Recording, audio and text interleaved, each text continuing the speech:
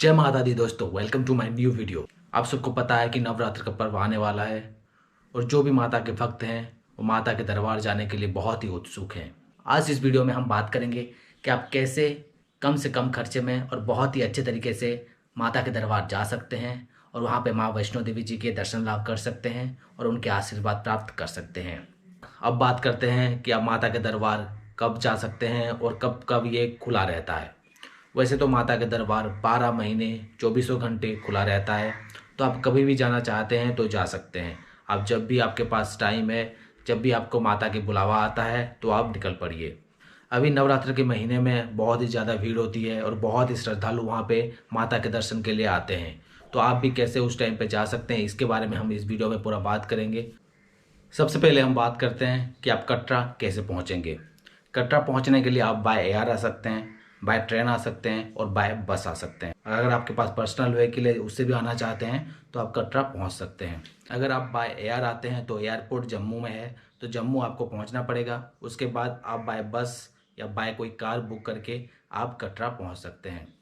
अगर आप बाय बस आते हैं तो आपको डायरेक्ट बस मिल जाएंगे दिल्ली से और और आसपास के अलग अलग जगह से आपको डायरेक्ट बस मिल जाएंगे कटरा के लिए, तो आप कटरा पहुंच सकते हैं।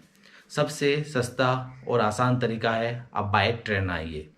ट्रेन से अगर आप आते हैं तो आप बहुत सस्ते में यहाँ पहुँच सकते हैं। न्यू दिल्ली रेलवे स्टेशन से रात के 8:50 को उत्तर संपर्क क्रांति एक्सप्रेस चलती है, जो सुबह सुबह 8 बजे आपको कटरा पहुँचा देगी और उसकी स्लीपर क्लास की प्राइस है 395 रुपीज़। तो सिर्फ आप 400 रुपये में आप यहाँ कटरा पहुँच सकते हैं। तो आपके जाना आने का खर्चा 400-800 रुपये आपको लगेंगे। अगर आप एसी क्लास में आना चाहते हैं तो उसके लिए भी ट्रेन अवेलेबल है, श्री शक्ति एक्सप्रेस। उसको आप लेके आ सकते हैं और 7 बजे न्यू दिल्ली स्टेशन से चलती है और सुबह 6 बजे आपको कटरा पहुंचा देगी। तो एसी क्लास में अगर आप आते हैं आपको 1050 रुपीज़ लगता है, तो ये थोड़ा सा महंगा हो जाएगा। अब बात करते हैं कि आप यहाँ पे पहुँच चुके हैं तो आपको रहना कहाँ पे है और कैसे वहाँ पे आप फ्रेश होकर अपना यात्रा स्टार्ट कर सकते हैं। यहाँ पे रहने के लिए बहुत सारे छोटे बड़े होटल्स हैं। यहाँ पे माँ वैष्णो देवी श्राइन बोर्ड के भी उनके भी होटल्स हैं, वो भी आप बुक कर सकते हैं। सबसे पहले आपको अगर कोई भी चीज़ श्राइन बोर्ड का बुक करना है, उसके लिए आपका एक लॉगिन होना चाहिए। तो माँ वैष्णो देवी श्राइन बोर्ड का जो वेबसाइट है उसका लिंक मैं स्क्रीन पे दे दे रहा हूँ, वहाँ पे आप जाइए और अपना अकाउंट क्रिएट कीजिए। अकाउंट क्रिएट करने के बाद आप जो भी वहाँ पे बुकिंग करना चाहते हैं, जैसे रूम्स बुकिंग करना हो या आपको यात्रा पर्ची बनवाना हो, आपको हेलीकॉप्टर बुकिंग करना हो या आपको बैटरी कार बुकिंग करवाना हो, कोई भी आपको काम करवाना है तो उसी लॉगिन के थ्रू से आप कर सकते हैं। तो ये मस्ट है और इसका जो पूरा प्रोसेस होता है उसके लिए मैं अलग सा वीडियो बना दूंगा, जिसके कारण आपको उसको फॉलो करने से आप बहुत अच्छे से ये सारी चीज़ कर सकते हैं। क्योंकि आपको ये पूरा यात्रा करना है और आप 1 से 1.5 दिन तक आप बाहर रहने वाले हैं, आप मतलब वो यात्रा में रहने वाले हैं, तो आपको रूम में रुकना है नहीं। यहाँ पे ऐसे बहुत सारे होटल्स हैं जो कि सिर्फ 2-3 घंटे के लिए आपको रूम्स देते हैं और वहाँ पे आप फ्रेश हो सकते हैं और उसके बाद आपके जो भी लगेज हैं उसको वहाँ के लॉकर रूम पे रख सकते हैं, वो भी सारा फ्री ऑफ कॉस्ट। और वो लोग व्हीकल भी प्रोवाइड कर देते हैं आपको बाणगंगा छोड़ने के लिए और फिर वापस लाने के लिए। तो इसके कारण से आपको जो ऑटो के चार्जेस 250 रुपये लगते हैं वहाँ चेक पोस्ट जाने के लिए, वो भी आपका बच जाता है। यहाँ पे ऐसे होटल्स आपको बस स्टैंड में रेलवे स्टेशन के सामने मिल जाएगा, जो कि आपको 400 से 500 रुपये में रहने के लिए दे देंगे। आप आराम से वहाँ पे 4 से 5 जन रुक सकते हैं और फ्रेश हो सकते हैं 2-3 घंटे के लिए और फिर उसके बाद अपना यात्रा स्टार्ट कर सकते हैं। जैसे कि मैंने आपको बताया था, अगर आप ट्रेन से आ रहे हैं तो 7 से 8 बजे तक यहाँ पहुँच जाएंगे। उसके बाद आप फ्रेश हो जाइए और अराउंड 11 या 12 बजे तक आप अपना यात्रा स्टार्ट कर सकते हैं। अब यात्रा स्टार्ट करने के लिए आपको सबसे महत्वपूर्ण चीज़ चाहिए, वो है यात्रा पर्ची। यात्रा पर्ची मतलब आपका रजिस्ट्रेशन होना चाहिए कि आप आज इसी डेट पे यात्रा करने वाले हैं। तो इसके लिए आपको रजिस्ट्रेशन ऑनलाइन करना पड़ता है या आप ऑफलाइन भी कर सकते हैं, पर सबसे आसान तरीका है आप ऑनलाइन कर लीजिए। जैसे कि मैंने आपको बताया था कि आप अपना एक अकाउंट खोल लीजिए माँ वैष्णो देवी श्राइन बोर्ड की वेबसाइट में। उसके बाद वहाँ पे जाके अपना यात्रा पर्ची बनवा सकते हैं। सिर्फ आपको अपना आधार नंबर देना पड़ता है और अपना डिटेल्स थोड़ा सा भरना पड़ता है, आपका यात्रा पर्ची आपका निकल जाएगा। उसको आप प्रिंट लेके आ जाइए। अगर आप ऑनलाइन नहीं कर पाए हैं तो वहाँ पे आपको चिंता करने की कोई ज़रूरत नहीं। आप वहाँ पे ऑफलाइन बस स्टैंड में, रेलवे स्टेशन में या बाणगंगा चेक पोस्ट में भी जाके आप ऑफलाइन में यात्रा पर्ची बनवा सकते हैं। अब आपका यात्रा पर्ची बन गया है और आपको अभी यात्रा शुरू करना है। अब यात्रा शुरू करने के लिए आपके पास 3 मार्ग है। सबसे पहला मार्ग है ताराकोटे मार्ग, दूसरा है आपका बाणगंगा मार्ग और तीसरा है बाय हेलीकॉप्टर। अगर आप घोड़ा, पालकी या पिट्ठू से जाना चाहते हैं तो आप ताराकोटे मार्ग में मत जाइए, वहाँ पे आपको कुछ अवेलेबल नहीं होगा। वो मार्ग सिर्फ पैदल यात्री के लिए है। और अभी नया नया मार्ग खुला हुआ है तो उतने सारे श्रद्धालु या भक्त वहाँ पे दिखने के लिए नहीं मिलेंगे। अगर आपको घोड़ा, पिट्ठू, पालकी ये सब में कुछ जाना है तो आपको बाणगंगा होके ही जाना पड़ेगा। उसी मार्ग में ही आपको ये सब अवेलेबल है। अगर आप हेलीकॉप्टर से जाना चाहते हैं तो हेलीकॉप्टर की बुकिंग आप श्राइन बोर्ड की वेबसाइट से पहले से ही कर लीजिए, ताकि आपको आपको मन पसंदीदा स्लॉट में हेलीकॉप्टर मिल जाए। 2 महीने से पहले इसकी बुकिंग खुल ली जाती है, तो आप बहुत जल्दी जल्दी कर लीजिए ताकि आपको ये हेलीकॉप्टर की सुविधा मिल जाए। हेलीकॉप्टर की प्राइस आपको अराउंड 1800 रुपये लग जाते हैं, तो ये थोड़ा आपका खर्चा ज़्यादा लग जाएगा। और हेलीकॉप्टर आपको सांची छत तक ही पहुँचाएगी। सांची छत से फिर भवन की दूरी 2.5 किलोमीटर की है, तो उसको फिर आपको पैदल या घोड़ा, पिट्ठू या पालकी से तय करना पड़ेगा। तो आपको जो भी सही लगे इन तीनों रास्ते में से आप चूज कर लीजिए। जैसे कि मैंने बताया था, होटल्स वाले आपको drop and pickup to Banganga check post free में करवाते हैं। तो आप आराम से, अगर आप पैदल जाना चाहते हैं, बाणगंगा से होके जाना चाहते हैं, तो आप व्हीकल से बाणगंगा पहुंच जाइए। अब बाणगंगा चेक पोस्ट पहुँचने के बाद आपने जो यात्रा पर्ची बनवाया है उसको वेरीफाई किया जाएगा, फिर उस पर स्टाम्प लगेगी। उसके बाद आप अलाउ होंगे एंट्री करने के लिए। अगर ऐसे कोई भक्त हैं जो पैदल यात्रा नहीं कर सकते हैं तो उनके लिए मैं बहुत ही आसान तरीका बता देता हूँ। यहाँ पे बैटरी कार की सर्विस स्टार्ट हो चुकी है, जो कि अर्धकुंवारी से भवन तक चलती है। आपको अर्धकुंवारी तक आना है, फिर अर्धकुंवारी से आपको बैटरी कार से जाना है। और बैटरी कार की जो बुकिंग्स होती है वो 2 महीने से पहले खुल जाती है, और ऑनलाइन ही आप करना सबसे बेस्ट है। ऑफलाइन बैटरी कार मिलना बहुत ही मुश्किल है, तो आप ऑनलाइन ही 2 महीने पहले ही आप बैटरी कार बुक कर लीजिए, ताकि वहाँ पे आपको कोई दिक्कत ना हो। अब बैटरी कार में अर्धकुंवारी से जो भवन जाते हैं उसके लिए आपको 350 रुपये लगते हैं, और भवन से जब अर्धकुंवारी आएंगे उसके लिए आपको 250 रुपये लगते हैं। तो आपको ये 600 रुपये लगता है। अब अर्धकुंवारी से भवन जाना आना आपका हो जाएगा। अब अर्धकुंवारी कैसे पहुंचना है? अर्धकुंवारी पहुंचने के लिए आप पालकी ले सकते हैं, घोड़ा ले सकते हैं, पिट्ठू ले सकते हैं, जिसमें भी आप कंफर्टेबल हैं वो ले सकते हैं। अगर आप घोड़ा या पिट्ठू लेके जा रहे हैं तो आपको 700 रुपये लगेंगे। अगर आप घोड़े पिट्ठू में बैठ नहीं सकते, आपको पालकी में जाना है, तो आपको थोड़ा महंगा पड़ेगा। इसके लिए आपको 1800 रुपये लगते हैं। आप अर्धकुंवारी तक जाएंगे, आते टाइम जो पालकी वाले होते हैं वो 1800 में आपको लेके नहीं आएंगे। वो लोग उस टाइम पे 2000, 2200, 2500 तक डिमांड करेंगे आपको वापस लाने के लिए, क्योंकि उनको पता है कि आप ऊपर चढ़ चुके हैं तो आपको नीचे आना ही है। तो आपको थोड़ा आते टाइम थोड़ा ज़्यादा पे करना पड़ सकता है। अगर आप छोटे बच्चे वगैरह हैं आपके साथ, उनके लिए भी आपको यहाँ पे मिल जाएगा। वो उसके लिए आपको अर्धकुंवारी तक 350 रुपये लगता है। जाना आना आपको सेम वही 350 रुपये में, 700 रुपये में आपका हो जाएगा। मैंने ये यात्रा पैदल ही किया था और बाणगंगा चेक पोस्ट के थ्रू से किया था, तो मैं इसी रास्ते पे आपको क्या क्या सुविधा उपलब्ध है और कहाँ कहाँ आप क्या क्या देख पाएंगे, ये सारी चीज़ एक एक करके बता दूंगा। अब जैसे बाणगंगा चेक पोस्ट क्रॉस करेंगे, उसके बाद आपको बाणगंगा जो रिवर है वो देखने के लिए मिलेगा। वहाँ पे माता ने तीर मार के ये जल को उत्पन्न किया था, इसलिए इसको बाणगंगा बोला जाता है।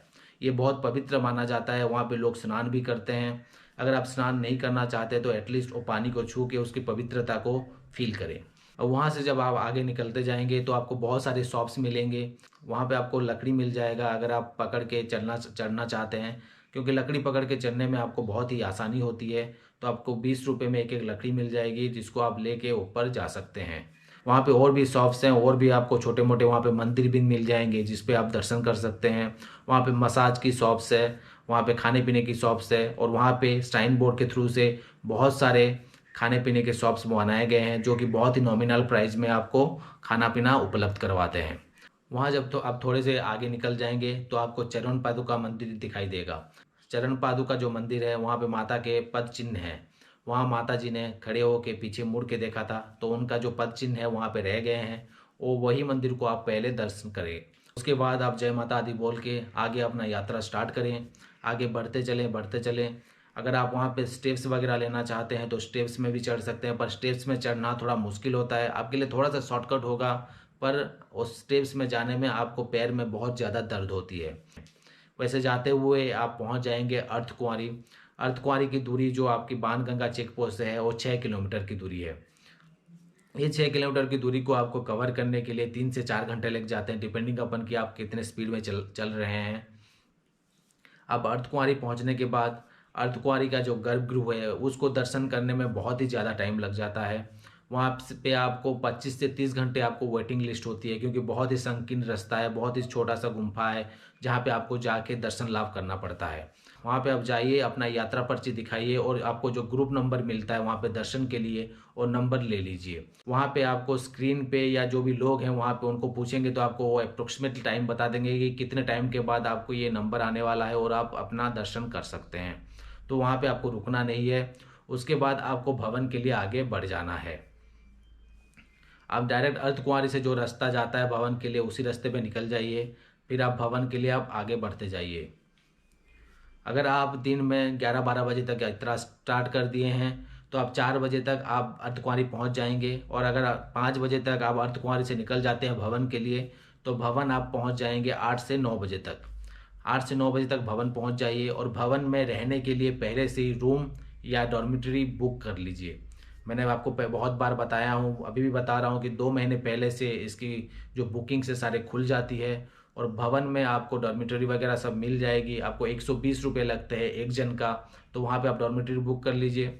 वहाँ पे आप जब 8-9 बजे पहुँचेंगे उसके बाद वहाँ पे जाइए, वहाँ पे फ्रेश हो जाइए और माता के दर्शन के लिए आप निकल जाइए। माता जी का दर्शन आप 24 आवर्स कर सकते हैं, तो आप जाइए दर्शन कर लीजिए। ये दर्शन करने के बाद आप अपना डिनर वगैरह करके आराम कीजिए उस रात को वहाँ पे। अब जो भी भक्त यहाँ पे आते हैं, जो माता वैष्णो देवी के दर्शन करते हैं, उनको भैरवनाथ के भी दर्शन करना चाहिए। ये मान्यता है कि अब अगर भैरवनाथ के दर्शन ना करें तो आपका जो यात्रा है वो कंप्लीट नहीं होता है।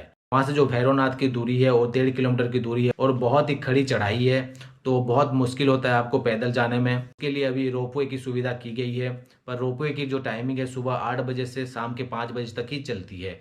तो इसीलिए मैंने वहाँ पे आपको रोकने के लिए बोला कि आप वहाँ पे अगर उस रात बिता देते हैं तो अगले दिन सुबह सुबह आप जाके भैरवनाथ के दर्शन कर सकते हैं। रोपवे की बुकिंग्स आपको वहाँ पे पहुँच के ही करना पड़ता है, उसके लिए कोई भी ऑनलाइन बुकिंग्स वगैरह नहीं है। तो वहाँ पे आप 100 रुपये में जाना आना आपका रोपवे में हो जाता है। तो आप जाइए, अगर 8 बजे आप जाते हैं तो आपके जो दर्शन करके आप 9 से 10 बजे तक वापस आप भवन तक आ जाएंगे। वहाँ पे जो भैरवनाथ की मंदिर है वहाँ से आपको जो त्रिकूट पर्वत है उसकी व्यू, और बहुत ही सुंदर व्यू आपको देखने के लिए मिलेगा, तो आप उसको भी देखना ना भूलें। उसके बाद आप भवन आ जाइए। भवन आने के बाद अपने अर्धकुंवारी के लिए जो यात्रा है उसको आप स्टार्ट कीजिए। जो लोग अपने बैटरी कार वगैरह बुक किए हैं वो बैटरी कार में अर्धकुंवारी आ सकते हैं। बाकी आप चल के आना बहुत ही ईजी है। चढ़ने के टाइम पे अगर आपको 2 से 4 घंटा लगे हैं तो आप उतरने के टाइम पे आपको आधे टाइम में आप उतर सकते हैं। अगर आप 10 बजे तक भवन से निकल जाएंगे तो 11:30-12 बजे तक आप अर्धकुंवारी पहुंच जाएंगे।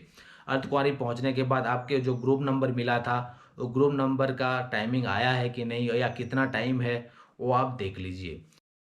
अगर आपका ग्रुप नंबर आने वाला है तो आप थोड़ा सा वेट कर लीजिए और माता के जो गर्भगृह है उसको दर्शन कर लीजिए। अर्धकुंवारी में दर्शन करने के बाद आप फिर बाणगंगा चेक पोस्ट के लिए उतर जाइए। उतरने के टाइम पे भी आपको बहुत सारे मसाज शॉप्स मिल जाएंगे। अगर आपको पैर में दर्द वगैरह हो रहा है तो आप मसाज करवा सकते हैं। बहुत ही सस्ते प्राइस में आपको मसाज हो जाती है। 15-20 मिनट के मसाज के लिए आपको 30 से 40 रुपया देना पड़ता है, जो कि बहुत ही नॉमिनल है। अगर आप मसाज करवाना चाहते हैं तो भी करवा सकते हैं। अगर आप 2 बजे तक अर्धकुंवारी से निकल गए हैं तो 4 से 5 बजे तक आप बाणगंगा चेक पोस्ट पहुँच जाएंगे। बाणगंगा आने के बाद आप जिस होटल में रुके हैं उस होटल वाले को फ़ोन कीजिए, वो अपना व्हीकल आपके लिए भेज देगा जिससे आप अपने होटल तक पहुंच सकते हैं। होटल पहुंचने के बाद आप अपना सामान लीजिए, फिर अपना जो ट्रेन है वो पकड़ के अपना घर आप आ सकते हैं।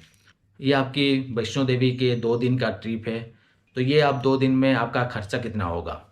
बजट मैंने जैसे आपको बताया था, अगर ट्रेन में आप स्लीपर क्लास लेके आ रहे हैं तो आपको 800 रुपये में जाना आना हो जाता है। अगर होटल में जो रहने के लिए मैंने बताया था आपको 400-500 रुपये होटल में आप आराम से 4-5 जन रुक सकते हैं, तो आपको मैक्सिमम अगर मैं पकड़ता हूँ तो भी 200 रुपये लगेंगे।